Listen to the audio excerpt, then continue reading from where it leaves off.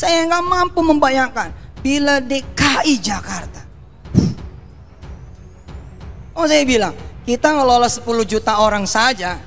Pasca Imani ini besok, kita insya Allah akan diizinkan Allah mengelola uang kira-kira sebesar 30 triliun rupiah per bulan. Kalau saya bicaranya cuman ngomong, belum di atas kertas, no bukti. Tapi Pattern sebelum disuspend sudah 2,3 triliun rupiah. Apa-apa, tepuk tangannya masih bingung ngomong apa sih. Apa artinya 20 triliun? Kita sekarang punya venture capital. Kita sekarang punya asset management. Tikungannya kalau Bang Adi yang ngajarin sama Ustadz Syafi'i nanti, kita bisa apa saja. Awalnya itu labanya besar atau pendapatannya besar lalu menjadi turun. Nah, kemudian yang kita curigakan kemudian ada PHK, kemudian yang PHK itu di mana pesangonnya masih terutang, gajinya masih terutang. Betul. Lalu yang 1 triliun itu kan kemana? Nah, itu yang menjadi pertanyaannya kan, Mas? Betul. Nah, ketika yang sering saya katakan pemerintah ini jangan hanya tinggal diam saja. Betul. Kalau pajak diterima, ketika ada masalah tidak diurusi. Betul. Seharusnya kan masalah pemerintah bisa bentuk tim untuk melakukan investigasi itu, kemudian pendapatannya berapa, kemudian digunakan untuk apa. Kan nggak mungkin juga uang 1 triliun itu ibaratnya nguap begitu saja. Betul. Seharusnya kalau ada uang pendapatan pertamanya 1 triliun, ketika ini di PHK tentu bisa membayar pesangon kan itu. Nah, saya menduga keras kalau itu memang benar pendapatannya 1 triliun, kemudian tidak bisa membayar karyawan, ketika tidak bisa membayar pesangon, tentu di sana kita menduga ada penyelewengan begitu. Betul. Makanya perlu peran serta pemerintah yang mengawasi suatu perusahaan itu membuat tim, kemudian menginvestigasi di mana salahnya situ, gitu kan? Betul. Jangan-jangan uang 1 triliun dimakan oleh para ownernya, kan? Para pemegang sahamnya.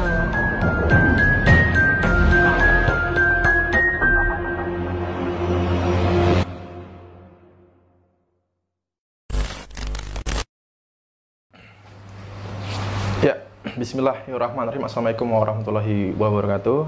Teman-teman, bagaimana kabarnya? Semoga selalu sehat dan senantiasa dalam lindungan Allah Subhanahu wa taala. Alhamdulillah, di hari yang berbahagia ini saya kembali berjumpa dengan Pak Haji Zaini Mustafa. Pak Haji atau Pak Haji? Pak Zaini. Pak Haji aja. Iya, kalau Haji itu kan ini aja ibadah. Oke, Pak, siap. Memenuhi rukun Islam yang kelima. Bukan gelar ya. Oke. Ya, alhamdulillah kita bisa bertatap muka langsung di kediaman di Kota Wisata ya. Setelah kemarin beberapa pekan kita hanya melalui Zoom saja. Sembari menunggu putusan kasasi dalam perkaranya Bu Elis Siti Rohimah dan juga putusan PK Pak Zaini. Ini supaya kasusnya tidak tenggelam begitu saja. Ini kita tetap membahas berbagai macam permasalahan-permasalahan bisnis ataupun orang-orang yang dirugikan oleh Yusuf Mansur begitu. Baik Pak, kali ini saya ingin membahas terkait soal Paetren ini Pak. Seperti yang kita ketahui kan Pak Zaini sebelumnya sudah menjadi kuasa hukum dari X14 mantan klien Paetren. Betul. Bahkan itu juga sudah sampai PHI di Pengadilan Negeri. Bahkan sudah sampai permohonan eksekusi. Permohonan eksekusi gitu Pak. Iya. Dulu Pak Zaini juga sudah mewanti-wanti atau memprediksi atau menduga sebenarnya banyak karyawan Paetren ini yang belum dibayarkan haknya begitu Pak. Iya. Dan ternyata baru kemarin nih Pak, saya ternyata mendapat berita dari Tribun Jabar nih Pak. Iya. Ini terkait dengan mantan klien Paetren. Ini selain di yang 14 itu Pak ya. Iya. Nah, ini memperjuangkan nasib yang sama begitu. Kita baca dulu Pak ya berita. Betul. Dari Tribun Jabar ID Bandung, nasib pilu dialami oleh puluhan mantan pekerja Paetren Kota Bandung karena tidak mendapatkan uang gaji dan uang pesangon setelah terkena pemutusan hubungan kerja atau PHK pada tahun 2019. Sehingga kini mereka masih berusaha untuk mendapatkan keadilan dengan mengadu ke Dinas Ketenagakerjaan di Snaker Kota Bandung agar hak mereka bisa segera diterima karena nominalnya memang cukup besar ya. Mantan karyawan yang sudah bekerja bertahun-tahun itu kini sangat mengharapkan uang gaji dan pesangon tersebut untuk memenuhi kebutuhan sehari-hari karena mayoritas belum mendapatkan pekerjaan yang lebih baik gitu. Nah, awalnya saat Desember tahun 2018 ada migrasi sistem PayTrend tapi tidak lancar. Itu berakibat pada tahun 2019 tidak ada pendapatan sama sekali, ya, ujar perwakilan mantan pekerja PayTrend dari Syarif Hidayatullah di Snaker Kota Bandung Selasa 17 Juni 2025. Artinya baru bulan kemarin Pak, ternyata ada fakta terbaru. Ini 22 karyawan ini Pak berjuang sendiri ke Disnaker, dan ya. Ini kalau kita nanti baca seterusnya ternyata nilai gaji maupun pesangon yang belum dibayarkan itu totalnya 1,8 miliar Pak. Pak Zeni menanggapi ini bagaimana? Ya, jadi memang itu kalau itu masalah gaji yang kurang terbayar ya, artinya masih ada utang gaji, kemudian ada pesangon, kemudian berkaitan dengan hak-hak dari karyawan, itu merupakan kewajiban dari PT, Mas. Dalam hal ini secara umum kalau kita membahas ke PayTrend, tentu kewajiban dari PayTrend untuk memenuhi gaji yang terutang, kemudian PHK yang belum terbayar, kemudian pesangon dan seterusnya merupakan kewajiban. Nah, kalau itu merupakan kewajiban dan itu tidak dibayar, tentu para karyawan yang merasa dirugikan itu bisa mengadukan ke Disnaker. Gitu. Nanti jatuhnya kan dimediasikan di sana. Biasanya kalau persengketa hubungan industrial itu memang biasanya sebelum itu diadukan tentu ada namanya mediasi kedua belah pihak dulu ya. Nah, kemudian kalau itu misalnya gagal, kemudian baru diadukan ke Disnaker. Jadi ada bipatritnya dulu. Bipatrit itu antara karyawan dengan pengusaha, antara pengusaha dengan karyawan.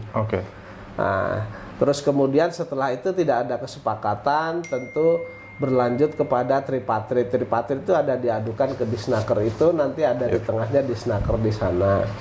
Namun itu bisa dilewati bipatrit itu bisa dilewati ketika misalnya pengusaha diajak berdiskusi, diajak mediasi tidak mau, atau sebaliknya karyawan diajak mediasi tidak mau, itu langsung bisa diajukan ke Disnaker. Nah, saya tidak tahu yang sekian karyawan tuh, saya nggak tahu. Tapi pada dasarnya itu bisa diajukan karena itu merupakan hak dari para karyawan dan kewajiban dari pengusaha gitu, Mas. Dan mereka maju sendiri tanpa lawyer itu boleh saja karena mereka mewakili diri sendiri. Dan itu jeda waktunya cukup lama ya, setelah Pak Zaini menjadi kuasa hukum 14 mantan karyawan PayTrend juga ya. Artinya mungkin mereka masih berusaha untuk berusaha secara persuasif kepada pihak PayTrend atau Syumasur. Tapi akhirnya buntu juga, akhirnya mereka berjuang sendiri mau Disnaker begitu. Jadi memang ada beberapa orang yang pernah menemui saya bermasalah sama dengan 14 karyawan itu. Namun ada beberapa kendala, diantaranya misalnya dokumen tidak cukup. Ada juga yang mengatakan, Pak, kami masih menunggu kebaikan daripada PayTrend, dalam hal ini Yusuf Mansur dan seterusnya. Yang maju dokumennya cukup, kemudian mempunyai kemauan karena sudah lama menagih ke PayTrend, terutama ke owner dan seterusnya, itu yang 14 karyawan itu yang saya wakili. Dan itu sudah berakhir dengan adanya perjanjian bersama, kemudian dituangkan, kemudian didaftarkan ke PHI, kemudian bahkan sempat ketika itu tidak dilanjutkan pembayarannya, pernah kami ajukan permohonan eksekusi begitu, Mas.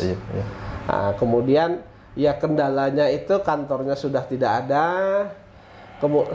ada berkantor lagi, artinya sudah mati begitu. Dan ketika kita cari aset-asetnya juga tidak ada. Kalau toh kita temukan asetnya, ternyata sudah menjadi jaminan dari Bank BRI waktu itu. Dan di belakang Bank BRI ternyata juga masih ada yang menunggu. Mereka akan mengajukan sita bersama, itu adalah kantor pajak. Nah, kalau kami memasukkan juga tentu kayaknya tidak kebagian, makanya tidak jadi kami masukkan. Ya kita tunggu, kalau nanti ada asetnya ya nanti kita ajukan kembali gitu. Dan juga yang tidak kalah penting, Pak Zaini juga sudah mengkonfirmasi bahwa tidak mengenal mereka, Pak, dua orang ini, Pak, ya. Oh tidak, ya. tidak. Artinya kan ini sekaligus membantah ucapan Yusuf Mansur, karena dulunya kan Yusuf Mansur mengatakan bahwa semua orang yang menagih hutang kepada dirinya atau investor-investor itu dipengaruhi oleh kami, mungkin para YouTuber ya, oleh Pak Darso ya. Nah nyatanya ini kan 22 orang berjalan sendiri. Saya 22 orang nggak kenal ya. Ini sekaligus membantah. Saya tidak tahu kalau mereka pernah konsultasi sama saya, karena banyak banget yang konsultasi, betul, Mas. Betul. Artinya cuman kalau mereka misalnya maju sendiri ini tanpa sepengetahuan saya. Iya. Ya, artinya kecuali yang saya pegang ini kan 14 orang. Kalau 14 orang segala sesuatu mereka akan melakukan upaya segala sesuatu, tentu mereka masih berkomunikasi sama saya. Tetapi kalau yang lain kan di luar kendali saya, Mas. Betul, ya. Dan kita tidak pernah mempengaruhi. Betul. Hanya kita mengatakan kalau punya hak ya ditagih saja begitu. Iya. Itu kan artinya umum. Untuk kita sendiri mungkin statusnya hanyalah membantu, Pak ya. Pak hanya ini sebagai kuasa hukum, dan juga kami YouTuber ini sebagai mungkin media atau pengantar dari suara-suara mereka begitu, karena mereka kan juga mungkin butuh atensi dari publik begitu juga. Kita lanjut saja, Pak. Ini beritanya. Ia mengatakan pendapatan yang asalnya tembus 1 triliun turun drastis menjadi 0 dalam waktu 1 tahun, sehingga pada akhir tahun 2019 ada gelombang PHK jilid pertama, lalu pada tahun 2020 dibentuk entitas baru. Pada akhir 2020 CEO Paytrend meninggal dunia akibat COVID-19. Ini Pak Hari ya. Akhir September 2022 kita panggil dan semua di PHK. Ada suratnya, gaji, pesangon, dan rinciannya dibagikan pada Desember 2022. Nah, mengingat pendapatan yang katanya tembus 1 triliun gitu, Pak. Nah, kemudian bisa turun drastis, lalu di tahun berikutnya ada gelombang PHK besar-besaran. Pertanyaannya kan, uang 1 triliun dari pendapatan Paytrend itu kemana larinya gitu? Bagaimana mungkin bisa hanya dalam waktu sesingkat itu ini menjadi gejolak yang besar dalam perusahaan hingga sampai gaji, pesangon karyawan pun tidak terbayarkan gitu, Pak. Menurut Pak, jadi wajar tidak itu, Pak? Kalau itu memang perlu data yang valid ya.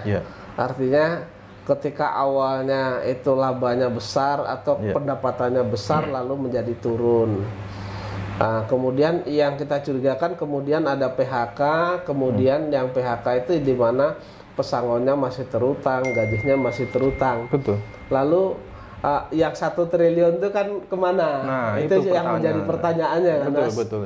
Nah, ketika hal seperti itu, karena ini sudah merugikan masyarakat secara umum ya, terutama adalah pekerja. Menurut hemat saya ini memang harus ada harus dicari, Mas. Investigasi gitu ya? Investigasi penyebabnya apa. Makanya saya berkali-kali ketika hal yang seperti ini seharusnya Disnaker membentuklah bekerja sama dengan instansi lainnya, atau kalau katakan lagi yang sering saya katakan, pemerintah ini jangan hanya tinggal diam saja. Betul. Kalau pajak diterima, ketika ada masalah tidak diurusi. Seharusnya kan pemerintah bisa bentuk tim untuk melakukan investigasi itu, kemudian pendapatannya berapa, kemudian digunakan untuk apa. Kan nggak mungkin juga uang 1 triliun itu ibaratnya nguap begitu saja. Betul. Seharusnya kalau ada uang pendapatan pertamanya 1 triliun, ketika ini di PHK tentu bisa membayar pesangon kan itu. Nah, saya menduga keras kalau itu memang benar pendapatannya 1 triliun, kemudian tidak bisa membayar karyawan, ketika tidak bisa membayar pesangon, tentu di sana kita menduga ada penyelewengan begitu. Makanya perlu peran serta pemerintah yang mengawasi suatu perusahaan itu membuat tim, kemudian meninvestigasi di mana salahnya situ, gitu kan? Jangan-jangan uang 1 triliun dimakan oleh para ownernya, para pemegang sahamnya atau pengurusnya. Pengurus ini bisa saja misalnya komisarisnya, direkturnya, dan seterusnya begitu, Mas.